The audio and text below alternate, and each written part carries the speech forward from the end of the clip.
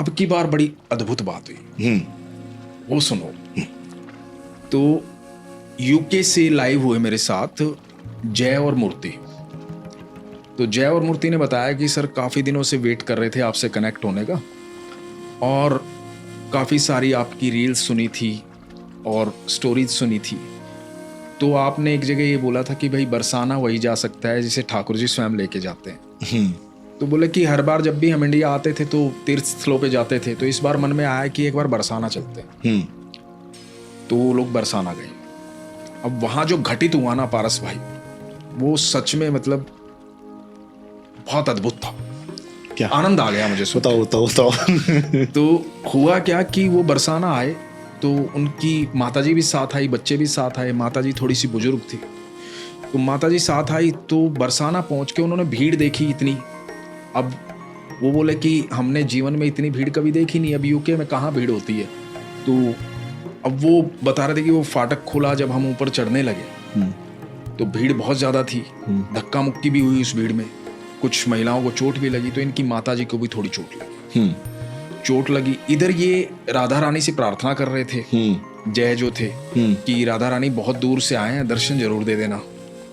तो मन में भाव चल रहा था कि भाई इतनी दूर से आए हैं हम मिलने आपसे। इधर माताजी को चोट लग गई। तो माताजी भीड़ में घबरा भी गई। घबराने के कारण पैनिक अटैक आ गया वहीं पे ऊपर चढ़ते वक्त। अब पैनिक अटैक आ गया तो स्थिति बिगड़ गई एकदम से, दिमाग में बहुत सारी चीजें दौड़ गई। तो जय भी घबरा गए, मूर्ति भी घबरा गई, बच्चे भी घबरा गए कि ये हुआ क्या। इतने में, क्योंकि उन्होंने राधा रानी से अभी प्रार्थना की थी कि दर्शन दे देना, इतने में वो बताते हैं कि एक लड़की आई 10-12 साल की, और एक लड़की ने आके कहा कि ये डब्बी लो, इसमें कुछ था उस डब्बी में। उन्होंने कहा कि अपनी माताजी को ये दे दो। तो जय ने बताया कि मेरा दिमाग काम किया ही नहीं, मैंने वो डब्बी ली, उसमें जो था वो पानी में घोल के माताजी को दे दिया। अब मेरे दिमाग में कुछ भी, उनके दिमाग में कुछ आया नहीं कि भाई कौन लड़की है, क्या है, क्या दे रही है, कुछ समझ में नहीं आया। तो वो दे दिया और माताजी 2 मिनट में ओके हो गई, ठीक हो गई। जब माताजी ठीक हो गई तो जय ने उस लड़की के चरण स्पर्श किए और बोला कि आप तो राधा रानी की तरह आए हो, मेरी माताजी को बचा लिया आपने, तो आपका बहुत आभारी हूँ। तो लड़की ने कहा कि कोई बात नहीं, आप ये डब्बी भी रख लो, सब ठीक है, सब ठीक रहेगा। अब जो है लड़की ने वो डब्बी भी दे दी इनको, जय को। तो जय ने कहा कि अच्छा आप है ना हमारे सर पे हाथ रख दो, आप आशीर्वाद दे दो, आप तो हमारे लिए राधा रानी की तरह आई हो। तो मन में ये भाव था जय के उस समय। अब उस लड़की ने सर पे हाथ रख दिया, उसके बाद वो लड़की चली गई। अब जय जो है, मूर्ति, जय, उनकी माताजी और बच्चे ये ऊपर अटारी पे जाने लगे। अब ये अटारी पर पहुंचे ऊपर, और जाकर के जब राधा रानी के दर्शन किए सामने, तो पारस भाई राधा रानी ने वही पोशाक पहन रखी थी जो उस लड़की ने पहन रखी थी, जो लड़की नीचे मिली थी। तो राधा रानी तो पहले ही मिल ली उनसे आकर, सेम पोशाक पहन रखी थी राधा रानी। तो ये अभी का हाल ही का किस्सा है। बस उन्होंने इतना ही तो कहा था कि राधा रानी बहुत दूर से आए हैं, दर्शन दे देना। राधा रानी तो मिलने आ गई। तो इतना प्रेम करती हैं वो। आप भी तो गए थे बरसाना। भाई मेरे साथ तो बहुत अद्भुत घटनाएं होती हैं। मेरा मानना ये है पारस भाई, जो भी वृंदावन बरसाना जाता है ना, जो भी जाता है, वो पहली बात तो बिना ठाकुर की मर्जी के, बिना राधा रानी की मर्जी के जा ही नहीं सकता वृंदावन। क्योंकि समुद्र शास्त्र में लिखा है कि कई जन्मों के बाद ऐसा जन्म आता है जब व्यक्ति, जीव जो है वृंदावन जा पाता है। बिल्कुल ठीक है, तो ये बड़े सौभाग्य की बात है। और मेरा मानना क्या है कि जो भी जाता है ना, वो जाता कौन है? जिससे स्वयं ठाकुर मिलना चाहते हैं, जिससे स्वयं राधा रानी मिलना चाहती है, बिल्कुल वही जा पाता है, क्योंकि उनका घर है ना वो, तो वहां वही जा पाता है। अब जो भी वहां जाता है ना, मेरा मानना यह है कि उससे राधा रानी और ठाकुर जी मिलते जरूर हैं। किसी को याद रहता है, किसी को याद नहीं रहता, किसी को 4-5 दिन बाद घर आने के बाद याद आता है, अरे यार ये हुआ था मेरे साथ, ऐसी घटना घटित हुई थी, अरे हाँ मैं वहां मिला था। तो वो 3-4 दिन बाद याद आता है। लेकिन किसी को जो बहुत अनन्य भक्त होता है ना, जो बड़ा सरल होता है, उसको उसी समय अनुभूति होती है। जैसे जय को अनुभूति हो गई उसी समय कि शायद ये, मतलब आप तो राधा रानी की तरह ही आई हो, और उन्होंने चरण स्पर्श भी कर लिया और आशीर्वाद भी ले लिया। वाह, कितनी अद्भुत बात है, वाह, है ना। और भाई मैं जो बरसाना गया था, तो हमारे साथ तो बड़ी अद्भुत लीलाएं हुई है। हाँ बताओ। इन शॉर्ट मैं बताता हूँ आपको एक अद्भुत घटना। तो मेरा एक दोस्त है राजेश, हम 3 मित्र हैं, सुदर्शन, राजेश और मैं, और तीनों जब भी मिलते हैं तो हमारा जो प्रथम दोस्त है ना तीनों का, वो ठाकुर है। बिल्कुल। तो हमारे बीच में वार्तालाप सिर्फ ठाकुर की होती वाह। है। तो थोड़े दिन पहले, इस बार जाने से थोड़े दिन पहले, सुदर्शन और राजेश मेरे साथ बरसाना गए थे। तो उनको पता लगा कि मैं राधा रानी को अपनी बहन मानता हूँ। तो राजेश ने बोला कि भाई अब जब तेरी बहन है तो हमारी भी बहन होगी। वो बरसाना कभी उस तरह से गए नहीं थे, वो ठाकुर ही सब कुछ है वैसा।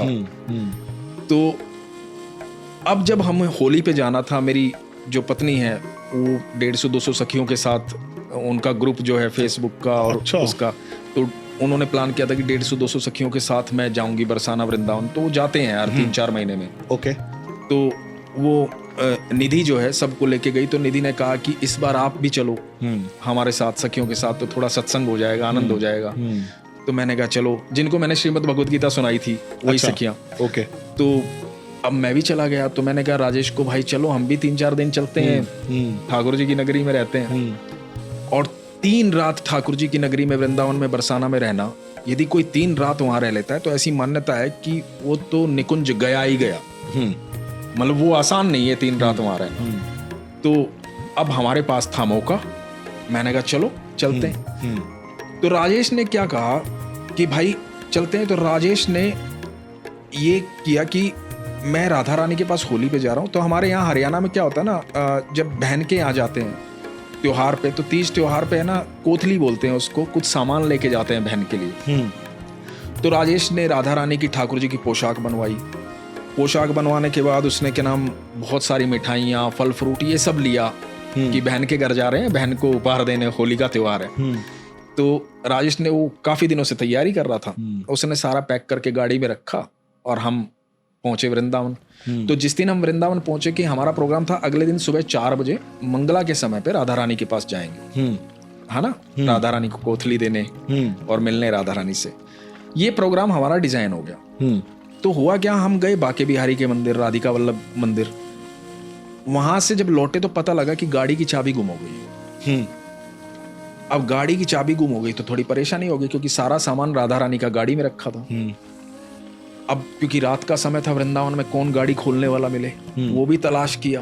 तो कोई एक मिला, उसने कहा कि गाड़ी खोल सकता हूँ, बंद नहीं कर सकता बाद में। अच्छा। तो और चाबी इसकी कंप्यूटराइज्ड है। तो अब राजेश ने बोला कि भाई चाबी तो दूसरी घर पे है, तो हरियाणा से ही चाबी मंगवानी पड़ेगी।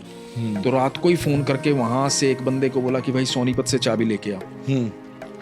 अब उसने ये कहा था कि मैं सुबह 5 बजे तक, 4 बजे तक पहुंच जाऊंगा। तो हमें ये था कि 4-5 बजे तक भी पहुंच जाएगा तो सुबह सुबह हम राधा रानी के पास चले जाएंगे। लेकिन भाई समय बीतता रहा और सुबह के 10 बज गए उसको आने में। तो हमारा जो 4 बजे का मंगला का प्रोग्राम था वो नहीं हो पाया। ओके। तो लेकिन तीनों के मन में एक ही भाव था कि जो कुछ भी हो रहा है ना, वो राधा रानी को और ठाकुर जी को पता है, हो रहा है उनकी मर्जी से। अब क्या हो रहा है ये हमें नहीं पता, लेकिन जो कुछ भी हो रहा है उनकी मर्जी से हो रहा है, सब उसको पता है। तो 10 बजे चाबी आई तो हम शांतिपूर्वक 10 बजे वहां से चल पड़े। तो रास्ते में एक मित्र को फोन किया जो बरसाना में ऑलरेडी थे, तो नरेश भाई वगैरह, इनको फोन किया। तो इन्होंने कहा कि भाई हर जगह रास्ते बंद कर रखे हैं, भीड़ बहुत ज्यादा, क्योंकि होली का त्योहार था। तो तुम लोग गाड़ी की पार्किंग है ना यहाँ पे कर देना जहाँ पर हम लोग रुके हुए हैं। तो ये लोग रुके हुए थे जस्ट अटारी, जहाँ से साफ दिखती थी, मतलब उस अटारी के पास लोग थे, और ब्रजवासी के घर आए जहाँ गाड़ी पार्क की थी। अब ब्रजवासी के घर आए तो ब्रजवासी ने भोजन की व्यवस्था तैयार कर रखी थी वहां पर। तो हम सब ने वहां भोजन किया। भोजन करने के बाद धन्यवाद करके वहां से निकले। जब हम लौट आए ना वहां से, तब दिमाग में एक बात आई, ये बड़ी इंपॉर्टेंट बात। हमारे यहाँ नियम होता है, जब बहन के यहाँ जाते हैं तो डायरेक्ट बहन के यहाँ नहीं जाते हैं, बीच में एक घर में रुकते हैं और बहन के घर का खाना नहीं खाते हैं, बाहर खाना खाते हैं। तो राधा रानी ने पूरे नियम से बुलाया हमें कि तुम आओ। वो गाड़ी इसलिए रात को उसकी चाबी गुम हुई कि तुम आओ, नियम से तुम यहाँ रुको, उसके बाद यहाँ मेरे पास आओ, मेरे पास आकर के भोजन करके बरसाने से तब जाना। बिल्कुल, मेरे घर आए हो तो मेरे भाई ऐसे नहीं जाएंगे। बिल्कुल। तो वो बहुत अद्भुत लीला थी, वो कमाल था, मतलब हम सब के लिए कमाल था वो। और बोलते हैं कि ब्रजवासी की कृपा अगर आप पे हो जाए ना, तो ठाकुर जी और राधा रानी तो पक्का मिलनी है, मतलब ऐसा हो ही नहीं सकता भाई, हमारे क्योंकि ऊपर ब्रजवासियों की एक ठसक होती है हाँ कि ठाकुर हमारे घर को है। हाँ, मैं तो कह रहा हूँ, देखो हमारे ऊपर तो सबसे बड़े ब्रजवासी की और ब्रजवासन की छत्र छाया है। हम पर तो उनकी कृपा है, तो सारे ब्रज की कृपा है। हम पर ईश्वर की इतनी कृपा है। मैं आपको एक छोटी सी घटना बताता हूँ, जब आपने पूछ ही लिया है तो आप हैरान हो जाओगे सुन के।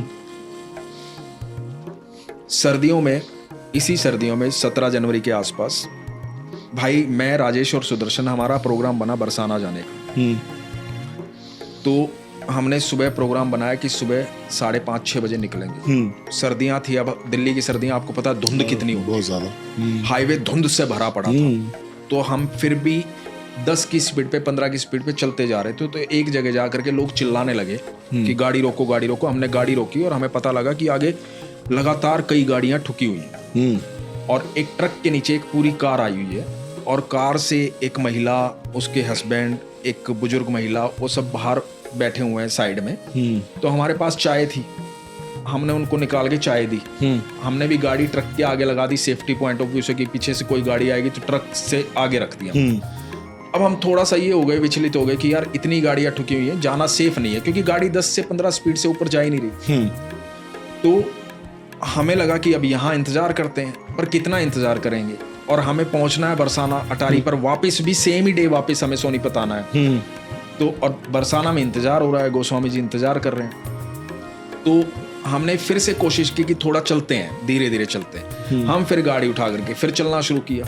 आगे देखा कि लाइन से फिर गाड़ियां ठुकी हुई हैं। हमने फिर थोड़ा सा घबरा करके गाड़ी फिर साइड में खड़ी कर दी।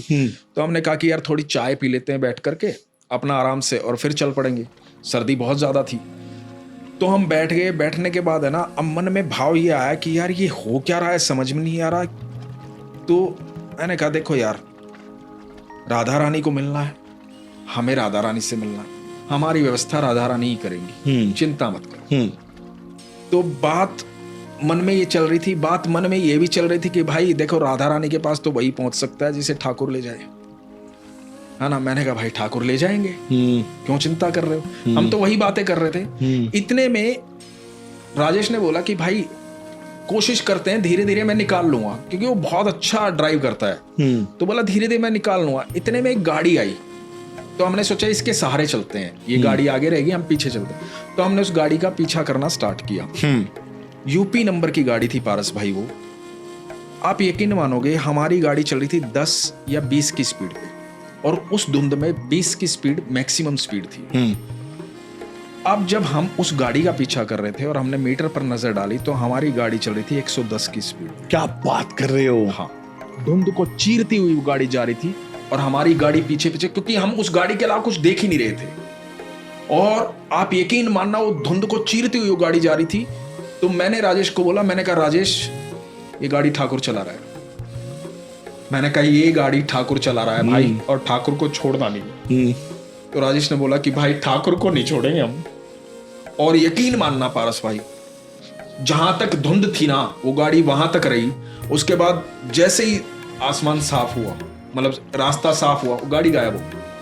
हमें एग्जैक्ट वहां पहुंचाया। उसके बाद हम पहुंचे, एंटर किया नंदगांव से। नंदगांव जाके हमने गाड़ी रुकी, हम गाड़ी से उतरे। उतर के हमने वहां पर दंडवत प्रणाम किया नंदगांव को कि हमारे ठाकुर खेले हैं यहाँ पे। तो उसके बाद हम बरसाना गए, और बरसाना जाकर के सच बताऊं, जो हम गए हैं महल में, हमारी एंट्री कहां से हो रही है पता है? राधा रानी की रसोई से। वाह, ठीक है। और जिस प्रकार हम महल में रहे हैं उस दिन, जैसे माँ के घर में बच्चा घूमता है ना, मैं महल में वहां गया हूँ राधा रानी के, जहां मुझे नहीं लगता कि मैं जिंदगी में दोबारा भी जा पाऊंगा। आम आदमी तो कभी पहुंच ही नहीं सकता। मैंने उस दिन वो देखा है, हम तीनों ने वो देखा है। तो भाई किसके हो? राधा रानी की। तो फिर तो बहुत अद्भुत लीलाएं, मतलब ऐसी लीलाएं होती रहती हैं मेरे साथ, मतलब कितनी बताऊंगा मैं। बहुत सुंदर। हाँ।